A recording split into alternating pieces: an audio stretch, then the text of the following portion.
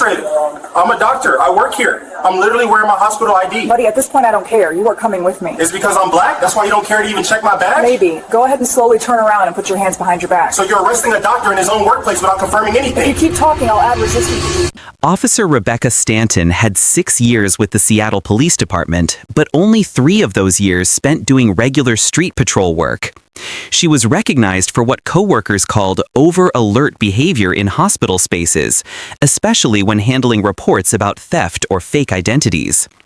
One Wednesday night at Harborview Medical Center, her failure to look beyond racial bias would cost the city $2.4 million and end her future in policing. A black man around his late 30s, Dr. Andre Bennett, was just walking calmly down the hospital hallway heading toward the emergency unit where he worked. He wore dark blue scrubs, a white coat stitched with his name on it, and his hospital ID badge clipped openly to the front of his chest. No crime, no urgent issue, nothing suspicious at all, only a doctor going in for his normal shift. But Officer Stanton noticed him and formed a snap judgment shaped by prejudice. She assumed a black man in medical clothing had to be pretending to be a doctor.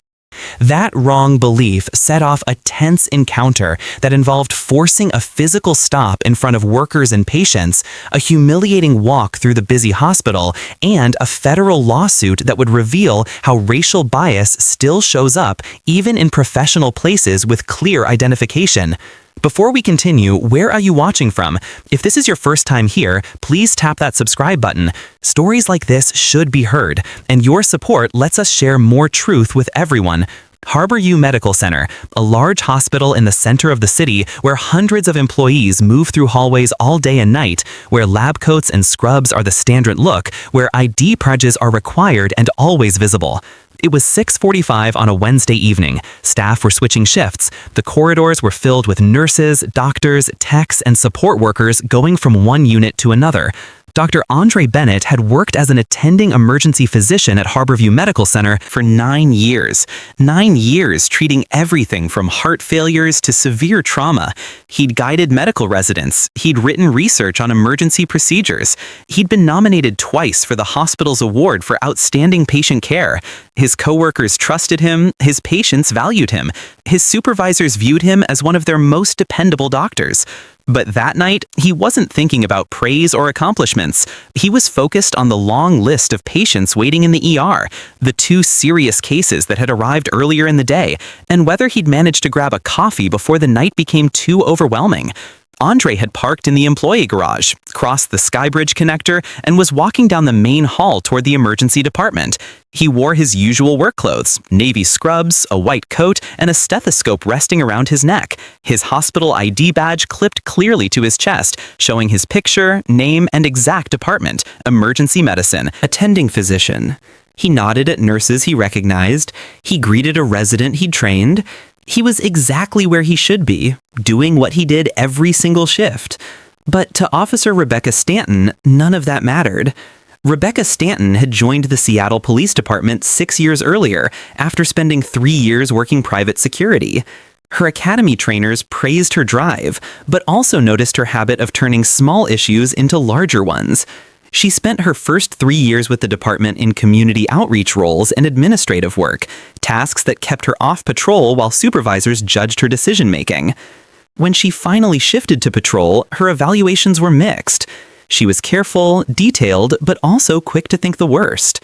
In 3 years on patrol, Stanton generated 7 complaints. 5 were from people of color who were stopped or detained in professional spaces where they clearly belonged. A black attorney stopped at the courthouse accused of entering a restricted area, even though he wore a bar association badge. A Latino chef questioned inside his own restaurant after a customer assumed he was just a delivery worker. An Asian doctor stopped in a hospital garage and told to prove he had permission to park there. A black businesswoman detained at an office building, accused of trespassing, even though she had a key card and company ID. Each complaint had been reviewed. Each complaint had been closed with the same familiar wording. Officer acted within discretion. Insufficient evidence of bias. Recommend more training on cultural awareness. Stanton attended the courses, she marked the forms, she sat through the sessions. And then she kept seeing wrongdoing in professional places, kept doubting credentials that should have been enough, kept assuming that people of color in roles of authority must be lying. That Wednesday night, Stanton was assigned to a hospital patrol shift. Seattle General had been dealing with thefts, unknown people entering restricted spaces, and occasional problems in the emergency department. The hospital had hired the police department for extra coverage during evening hours. Stanton had been walking through the main hallway when a nurse, a young white woman named Brittany Matthews, told her she'd noticed someone she didn't recognize near the medication storage area earlier. "Did they have ID?" Stanton asked. "I think so," Brittany replied, "but I wasn't sure. He looked like he might be new." "What did he look like?" "Black guy, scrubs." "I don't know. Maybe I'm overthinking." "Better safe than sorry," Stanton said. "I'll watch for him." And that was it. The thought planted. The suspicion triggered. When Stanton saw Andre walking down the hallway a few moments later, her mind filled in the story. Black man in scrubs, might be pretending to be staff, could be taking medication, must check it out. Never mind that Andre's badge was clear. Never mind that he moved comfortably through the area, greeting people, walking with the ease of someone who belonged. Never mind that dozens of other employees were moving through the same hallways in nearly identical outfits without being stopped. Stanton saw what she had been trained to notice, a black man who had to be checked. She moved quickly to catch up with him. Do you think hospitals should have rules to stop staff from being racially profiled by security? Share your thoughts below. Andre was nearing the emergency entrance when he heard footsteps behind him and a voice call out, "Sir, excuse me, sir." He turned, expecting someone in need of care. He saw the police officer and instantly switched to professional mode. "What's the emergency?" he asked. Stanton came closer, her hand resting near her duty belt. "I need to see some ID." Andre raised his eyebrows slightly. He'd encountered similar situations before, usually in parking lots or elevators, but never while walking the hospital hallway during a shift. He pointed to his chest where his badge was clearly visible. "My hospital ID is right here," he said. "Dr. Andre Bennett, emergency medicine." Stanton barely gave it a look. "I need to see a driver's license or state ID." Andre felt the familiar weight of irritation settle in. "Can I ask what this is about? I'm heading to my shift." "We've had reports of people in the hospital who shouldn't be here. I need to check who you are." Andre's patience was wearing thin. He slowly pulled out his wallet, took out his driver's license and medical license and held them up. Driver's license, medical license, hospital ID badge, all showing his name and photo. "Now, can I go do my work?" Stanton took them, inspected them with obvious doubt, then looked back at him. These could be fake. Andre stared at her, shocked. "Fake? You think someone made fake medical IDs and hospital badges just to walk around in scrubs? People do impersonate staff sometimes. Not with 3 IDs. They don't." Andre gestured around the room. "Hallway. Ask anyone here. Ask the nurses. Ask security. I've been working here for 9 years. Stanton's face didn't change. "That doesn't matter. You're coming with me to verify this." Andre's voice rose, frustration showing. "I'm a doctor. I work here. I'm literally wearing my hospital ID." Stanton turned cold, dismissive. "Buddy, at this point, I don't care. You are coming with me." The words hung in the air. At this point, I don't care. Not about the ID, not about the badge, not about the verification she claimed to need. She'd already made up her mind. Andre looked at her directly, his voice calm but firm. "Is it because I'm black that you don't even care to check my badge?" Stanton's face changed slightly. Not shame, not doubt, but something closer to confirmation. Her tone remained cold as she replied, "Maybe. Go ahead and slowly turn around and put your hands behind your back." Andre glanced around. Other staff were walking past, some looking over curiously. He recognized a few colleagues, saw their puzzled faces. The scene was drawing attention now. Several nurses had paused at their stations, watching. The hallway was filling with witnesses. A resident Andre had mentored, a young woman named Dr. Lauren Hayes, hurried over, alarm in her voice. "Dr. Bennett, what's going on?" Stanton pulled out her handcuffs, her motions careful and deliberate. "Ma'am, step back. This doesn't concern you." He's an attending physician, Dr. Hayes said firmly, her voice rising in disbelief. I work with him. You can't just handcuff him without cause. Stanton's jaw tightened. Ma'am, I need you to step away. Dr. Hayes didn't budge. This is insane. He's wearing his hospital ID. His name is on his coat. What are you doing? Deshaun Mitchell, the security supervisor, an older black man who'd worked at the hospital for 15 years, came over quickly. Officer, that's Dr. Bennett. He's been here since before I started. What's the problem? Stanton was now surrounded by people, standing up for Andre, her assumption crumbling under the weight of proof she had refused to see from the start. But instead of stepping back, instead of saying sorry, she carried on with what she began. Turn around, she said again, her voice colder now. The hallway went quiet. Nurses froze mid-step. Other doctors stopped talking. Everyone watched as Officer Rebecca Stanton approached Dr. Andre Bennett with handcuffs. Andre looked at the faces around him, his colleagues, his staff, people he worked with every day, now seeing him treated like a criminal for nothing but Stanton's own admission. She had said, maybe it's because he's black and I'm handcuffing him anyway. He thought of his patients in the ER, wondering where their doctor was. He thought of the medical students who admired him, now seeing him shamed. He thought of his parents who had guided him through med school, who had cheered when he earned this job. And he thought about every time he had to prove he belonged. Every time his credentials weren't enough. Every time his skin erased the recognition he earned. I am compliant under protest, Andre said clearly, his voice echoing down the hallway. I am Dr. Andre Bennett, attending physician, emergency medicine. This is my workplace. This officer just admitted race is a factor in my detention, and everyone here can see it. He turned slowly. The handcuffs clicked shut. A nurse began to cry. Dr. Hayes pulled out her phone and started recording. Deshaun Mitchell, the security supervisor, immediately radioed the hospital administrator on duty.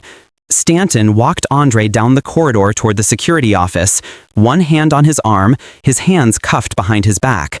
They passed patients in the waiting room. They passed visitors. They passed staff who stopped, staring in shock. Dr. Webb, a patient, called out, an elderly man Andre had treated the week before. What's happening? Andre couldn't answer. His throat was tight with anger and rage. Humiliation. By the time they reached the security office, the hospital administrator, Patricia Morales, was already there, her face pale with anger. She glanced at Andre in handcuffs and turned to Stanton. What the hell do you think you're doing? That's Dr. Bennett, one of our attending physicians. Stanton faltered. I was verifying his identity. There was a report of unauthorized people. A report from whom? And even if there was, he's wearing his hospital ID. His colleagues vouched for him. On what grounds did you handcuff him? He was uncooperative. I was protecting my dignity, Andre said quietly. I was refusing to be humiliated for doing my job. Morales pointed at Stanton. Take those handcuffs off right now. Stanton paused, then unlocked the cuffs. Andre rubbed his wrists, jaw tight.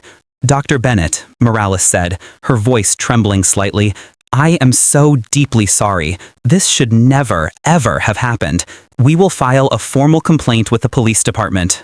Andre nodded but stayed silent. He was trying to process the violation, the anger, the sheer absurdity of being arrested for being black in his own hospital. A police supervisor arrived within minutes.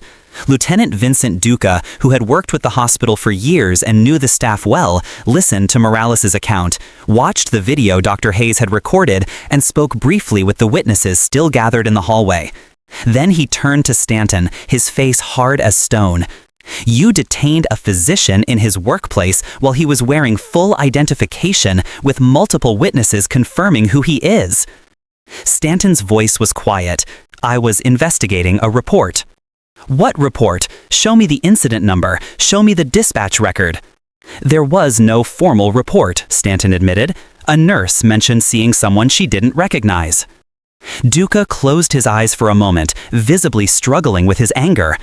You arrested a doctor because a nurse saw someone unfamiliar, not stealing, not threatening, just someone she didn't recognize. Do you understand what you've done? Stan didn't reply. Duca turned to Andre. Dr. Bennett, you have my sincere apology. This was completely unacceptable. You will have access to all reports, video footage, and body camera recordings. And I can tell you right now, Officer Stanton will not be working in this hospital or any other again. He turned back to Stanton. Give me your badge and weapon. You're done for the night. Stanton handed them over, her hands shaking. Should officers be suspended immediately after detaining a professional at their workplace without reason? Share your thoughts. By the next morning, the story had spread through the entire hospital. By noon, it had reached local news. By evening, it went national. Video from Dr. Hayes' phone captured the full incident. Andre being questioned despite obvious identification. Colleagues vouching for him. Stanton handcuffing him anyway. Humiliating walk through the hospital hallway. Black doctor cuffed in his own workplace. Physician detained while heading to his ER shift. Seattle officer arrests doctor despite hospital ID and multiple witnesses confirming his identity. The Seattle Police Department released an immediate statement denouncing the detention. The hospital issued a formal public apology. The medical community reacted with outrage. Doctors nationwide shared their own stories of being profiled at work, of having their credentials questioned, of being assumed to be janitors, orderlies, or security staff instead of physicians. Civil rights lawyers contacted Andre within hours. This wasn't just about an illegal detention. It was about the ongoing assumption that black professionals, no matter their qualifications, must prove their legitimacy in ways white professionals never have to. The lawsuit named Officer Rebecca Stanton, Lieutenant Duca, and the Seattle Police Department. The claims were clear and damning. Unlawful detention without reasonable cause, racial profiling in a professional environment, civil rights violations, intentional emotional distress, false imprisonment, failure to train officers on implicit bias in professional spaces. The city's attorneys reviewed the case and recognized immediately that it was indefensible. Body camera footage and civilian videos captured everything. Stanton questioning Andre despite his visible ID, colleagues confirming who he was, Stanton handcuffing him anyway, the walk through the hospital while patients and staff watched. The city settled within 7 months for $2.4 million. Andre donated part of it to groups working for equity, healthcare, and police accountability. Officer Rebecca Stanton was fired 9 weeks after the incident. The termination letter was clear. Officer Stanton engaged in racial profiling and unlawful detention of a medical professional in his workplace. Despite clear ID and multiple witnesses confirming it, she handcuffed and detained Dr. Bennett without justification. Her actions broke department rules, state law, and federal civil rights protections. Her employment ended immediately. Stanton's name was added to the National Disciplinary Index. Her law enforcement career was over. She tried to appeal, but the union withdrew support once the medical community filed formal complaints and the video evidence became public. Stanton issued a short statement. I made a serious mistake in judgment. I failed to properly assess the situation and caused harm to Dr. Bennett and the hospital community. I take full responsibility. No one was satisfied. The Seattle Police Department came under intense scrutiny. How had Stanton, with 7 prior complaints involving racial profiling of professionals, remained on patrol? Why had supervisors ignored the pattern? What training existed to prevent officers from questioning clearly identified professionals? Internal Affairs launched a full review. What they found was predictable. Complaints were filed but downplayed. Training completed but ineffective. Supervisors unwilling to face uncomfortable truths about implicit bias. Officers attending diversity workshops only to return to patrol with the same assumptions. Reforms were announced. Mandatory implicit bias training aimed at professional settings. Real-time review of all detentions in hospitals, schools, and corporate spaces. A dedicated oversight unit for discrimination complaints, and community advisory boards with enforcement authority. Dr. Andre Bennett didn't want to be an advocate, but the situation demanded it. He testified at city council meetings. He spoke at medical conferences. He gave interviews about the overlap of healthcare, race, and policing. His message was clear. I went to medical school. I finished residency. I've been practicing emergency medicine for 9 years. I've saved lives. I've taught students. I've earned every credential on my badge, and none of it stopped me from being handcuffed in my own hospital because an officer couldn't believe a black man could be a doctor. He paused during one particularly hard interview, his voice thick with feeling. My patients saw me in handcuffs. My students saw me treated like a criminal.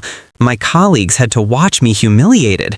And it all happened because Officer Stanton's assumptions about who could be a doctor were stronger than the proof right in front of her.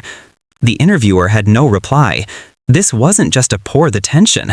This was a clear example of how racial bias works, even when credentials are obvious, even when ID is visible, even when multiple witnesses confirm the identity.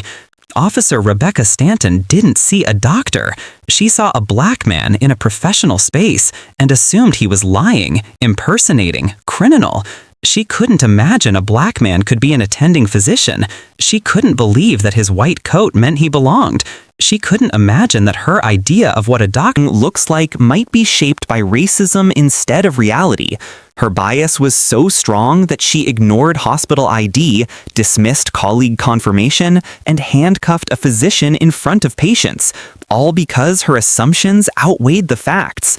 Systemic racism in policing reaches every space, including hospitals, where credentials should never be questioned. It's the assumption that black professionals must always be verified. It's the refusal to accept achievement when it doesn't match stereotypes. It's the use of police authority to decide who belongs in respected roles and who doesn't. Rebecca Stanton's career is over. That is justice. The city paid $2.4 million. That is accountability. But money and terminations don't undo the trauma. They don't erase being handcuffed at work. They don't restore the respect violated in front of colleagues and patients. The real question is, what now? Do departments finally realize that racial profiling happens in boardrooms and hospitals, not just on streets? Do they train officers to recognize that credentials are valid regardless of who holds them?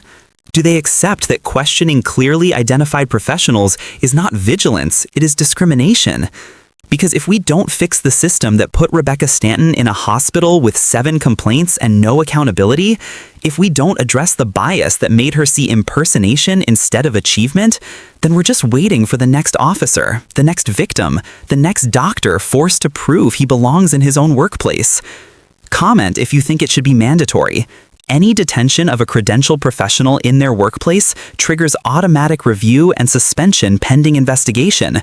And if you believe these stories matter, if you think professionals of color should work without being treated as suspects, hit that subscribe button because we'll keep exposing these patterns. We'll keep demanding change. We'll keep fighting for people who've earned their positions and shouldn't have to prove it to biased officers. This isn't just about one officer or one doctor. It's about all of us and the assumptions we choose to challenge or the biases we allow to continue.